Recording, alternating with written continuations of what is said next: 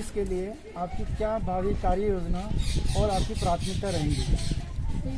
मेरी सर्वप्रथम प्राथमिकता रहेगी कि मैं जनता की सेवा करूं। जनता जो काफ़ी चीज़ों से परेशान है, जैसे मैं घर घर जाके जनसंपर्क कर रही हूं तो लोग बता रहे हैं कि हमारी ये परेशानियां, पार्षद बनने के बाद कोई यहाँ आता भी नहीं है और काम नहीं करवाता है। जैसे लोगों ने बताया कि हमारे यहाँ चैम्बर नहीं बने हैं, नक्शे पास नहीं हो रहे, पेंशन से हमारी जो 1 महीने आई थी वो अचानक बंद हो गई है, और नालिया रोड जो लोग पार्षद लोग कहते हैं कि बनवाएंगे वो बनवा के नहीं जाते हैं।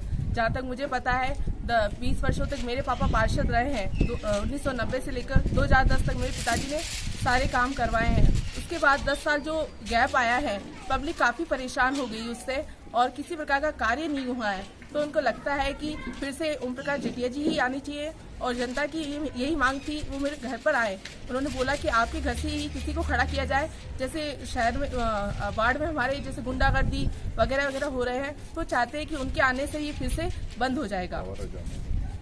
तो लोग जैसे चाहते हैं कि जैसे सीरियल्स आते हैं पार्ट 1 पार्ट 2, तो वैसे ही मेरे पिताजी ओम प्रकाश जटिया जी है वो पार्ट 1 रहे हैं, उसी प्रकार उनकी बेटी रजनी जटिया पार्ट 2 बनकर आएगी और जनता की सेवा करेगी।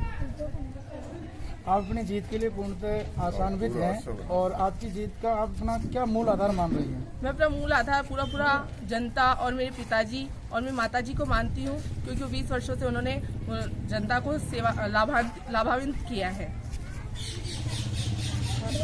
वार्ड 21 में बीजेपी और कांग्रेस दो प्रमुख पार्टियां होते हुए भी और आपकी प्रबल दावेदारी होते हुए भी आपको टिकट नहीं मिलना है, लेकिन आपको पूर्ण विश्वास है कि आप जीतेंगे ही जीतेंगे। तो आपका प्रमुख क्या इसकी वजह है? वार्ड नंबर 21 से मेरी पुत्री रजनी जटिया निर्दलीय प्रत्याशी के रूप में चुनाव लड़ रही है। निर्दलीय चुनाव लड़ने का उद्देश्य यही है कि यहाँ की जनता 10 साल से, जो 1990 से लेकर 2010 तक मैं और मेरी धर्मपत्नी 20 साल तक यहाँ पार्षद रहे और मैं नगर परिषद का उपसभापति रहा। 10 साल तक जो पार्षद रहे, यहाँ विकास कार्य नहीं हुए, आवारागर्दी बढ़ गई, आवारा जानवर है, किसी के विधवा पेंशन नहीं बनी, किसी के नक्शे पास नहीं हुए, कई प्रकार के विद्युत संबंधी कई परेशानियां हैं।